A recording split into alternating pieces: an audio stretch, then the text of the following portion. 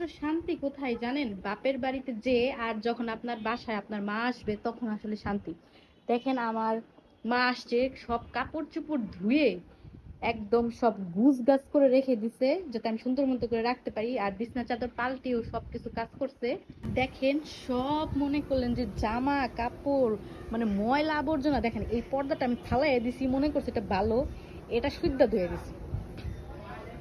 আর দেখেন এই যে কত জামা কাপড় ধুইয়া টুইয়া সব শুকা দিয়ে দিছে।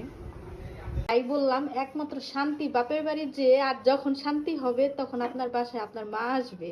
এইসব কাজ আসলে কেউ করবে না, কোনোদিনও কেউ করবে না আপনার মা ছাড়া। কাজ করতে করতে একদম অবস্থা শেষ।